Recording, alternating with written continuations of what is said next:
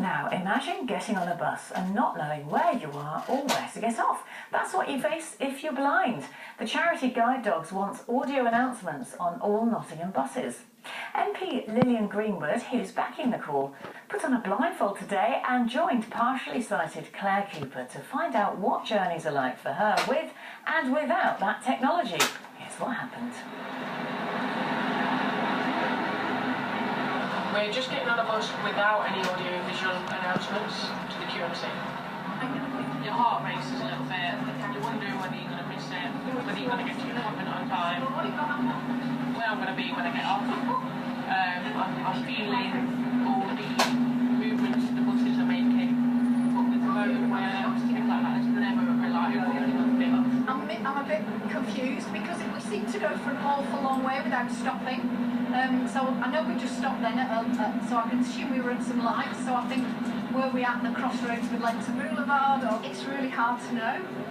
There's no clues at all to where the bus might be. Have we? Oh no. Have we actually missed the stop? Yeah. Should we get off at the next one? Yeah. The road. We're now on a bus with audio-visual announcements, and I know where I am, how far I am from my destination. You know, immediately you're getting these announcements. You can just feel where you are. So we're, the next stop's Talbot Street. I can visualise exactly where we are, and you feel much more confident. Well, earlier I spoke to Claire and Kelly France from Guide Dogs about how that trip went today, and I asked Claire when she began to lose her sight. It started about when I was 19, 20, so about 7 years ago. Just started being clumsy Claire. Just started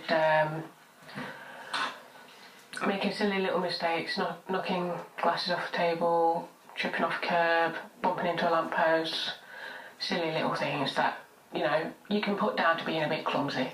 And for you, it was your peripheral vision, so it's the outside of your field of view. Yeah. It's not that things started to get blurry, so you'd know you were losing your sight, but for some reason you weren't seeing the objects around you. Yeah, I wasn't seeing what I should have seen and what I used to see. And you got the diagnosis, and just tell me how you felt when they told you. Broken. I just got married a month earlier, and I was 21, 22, just got married, got a whole life ahead of me, and then crash bang wallop, got to figure it all out again, got to learn to adapt, got to learn what my condition meant as well, which was a scary thing, learn my prognosis. And what is that? That it will go, that it will slowly close and I'll have no vision left. And so for you, very personally, that meant let's have a family now because you want to see your daughter.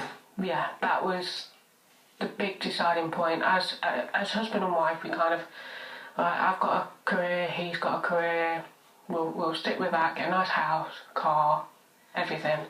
And now you have a guide dog because you are registered blind. There's Minnie, who was sitting up for us. Let's have a look at Minnie. She's absolutely gorgeous. You'd never had a dog before, but now, as your sight gets worse, you're having to learn all the time how to deal with everyday life. And so public transport, I just can't imagine what it would be like, but, Lilian Greenwood now knows. Just tell me how we could make life better for people like yourself. Just be more aware. That's the major thing, just being aware. Don't be afraid to come and ask. If you see me or anyone with a guide dog or anyone with a long cane or see them struggling, come and ask. Do you need a hand? Do you want me to help you cross the road? Because I often feel that you can't really ask because you don't want to patronise people. Yeah. Or Kelly, you work with people all the time in matching them with guide dogs, and how much of a difference can a guide dog make? I know that sounds like a silly question, but how important is Minnie, do you think? It's the difference between someone sitting at home or actually going out and living their life to the full. It's whether they can be a confident young mum or possibly someone who's nervous about even going out to take their kid to nursery.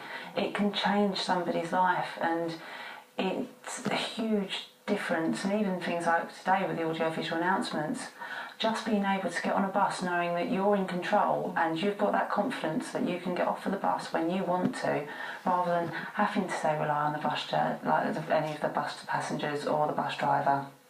Well, thank you so much for sharing your experiences, and Claire, all the best with these next few years, because I know they're going to be tough, aren't they? But thank you for talking to us. No problem. Thanks for having us. 2 of them.